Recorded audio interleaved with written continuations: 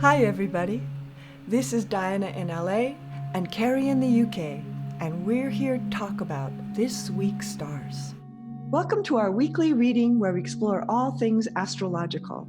From our two different points of view in two different locations in the world, we bring to you a unique astrological perspective on what is happening right now across the globe. So here we go.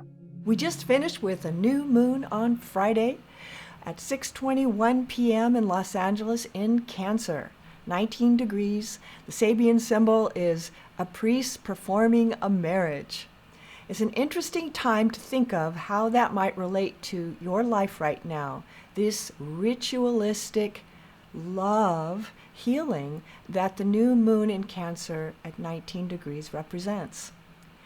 Meanwhile, Mercury is also moving into Cancer, so we've got action in the stars, the planets are moving about and changing positions, and the other thing that's happening that is wonderful, and we should all have a big sigh of relief, is that finally this T-square between Mars, Venus, conjunct opposing Saturn, squaring Uranus is finally breaking up. So that tension that was been building and building and building over this last many weeks is starting to finally break up. This is good news. And finally, Wednesday, I wanted to talk about this mystic rectangle. It is a very rare aspect, and we're having it on Wednesday. And that aspect is built by two oppositions surrounded by sextiles, and it means that we're on a new path. That happens right after the T-square breaks up. So that's interesting to me. So this T-square finally is breaking apart, and then the next day is this mystic rectangle. So we'll see how this plays out. Watch the news on Wednesday. I wonder what's going to happen. Meanwhile, Cary is very excited because it is the Euro finals this Sunday, and he has a prediction.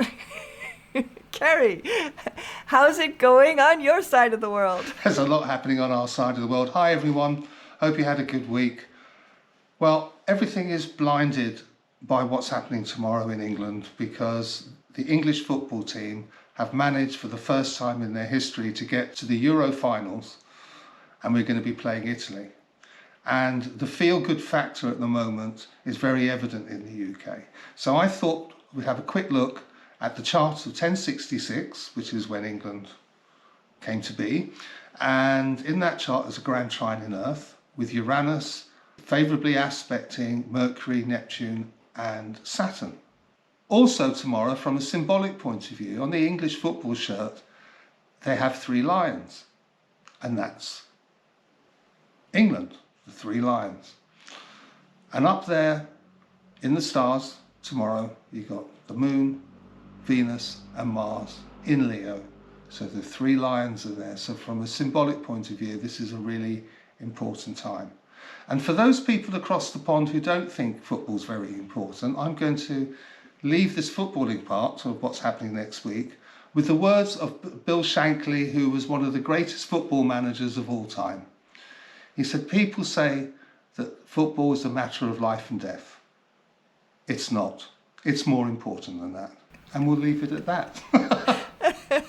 Well, we don't even know what football is. We call it what you play, soccer. It's not football here. It's very confusing, all of this, Cary. Right, so if we forget the football side of things, most important, as Dinah pointed out, the T-square dissipates this week.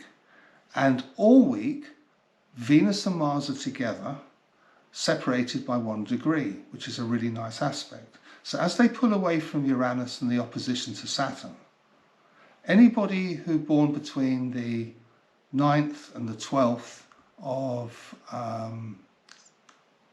your birthday month and you're a fire sign, this is going to be a really favourable aspect and a really nice week. So that's the first thing. The other thing, Mercury enters Cancer. It's going to be trining Jupiter exact on Monday. So that is also really nice. Although Jupiter is retrograding, it doesn't matter. When Mercury trines Jupiter, kind of frees things up. So anybody born in the beginning of water are going to feel that, and water signs are going to feel the power of that aspect too. So that's really good. Lastly, on Friday, there's going to be a light T-square with the Sun, Moon and Pluto.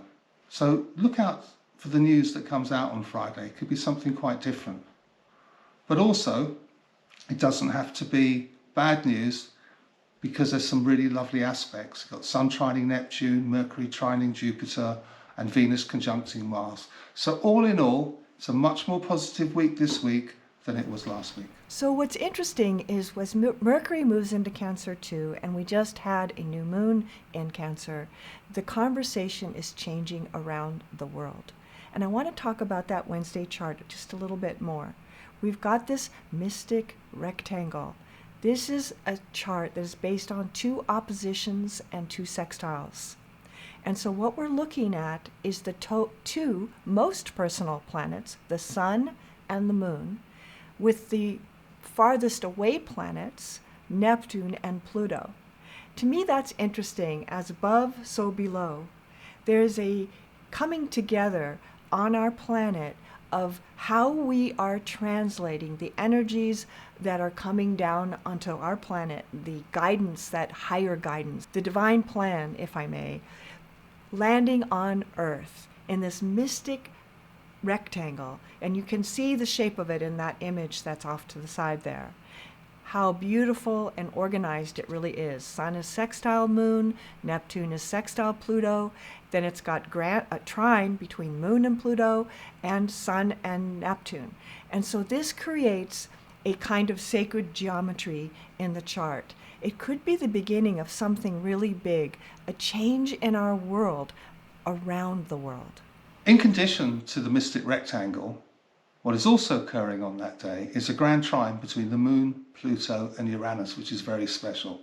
So Wednesday is a very special day. So as Diana said, look out for the news that happens that day, and it could be some really good news for a change.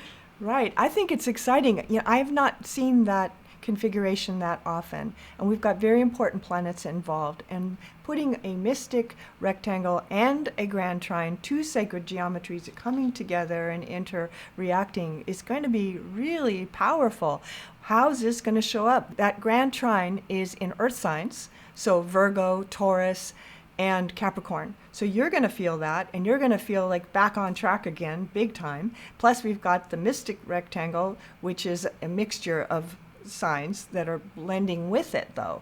And so it's a very, very powerful time for the world and for our lives. I was looking at our Astrocast last week, and I was mentioning that I thought that the T-square was representative of some of the things that are happening with regards to climate change.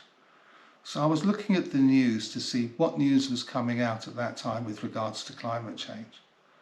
And interestingly, in Death Valley, they've recorded the hottest temperature ever.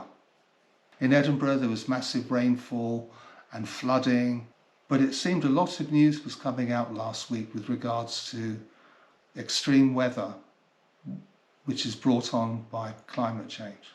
And I thought that was interesting. So, today, Sunday, we still have that tightening T-square that's still working, but by Tuesday, it's breaking up, followed by the mystic rectangle on Wednesday and a grand trine.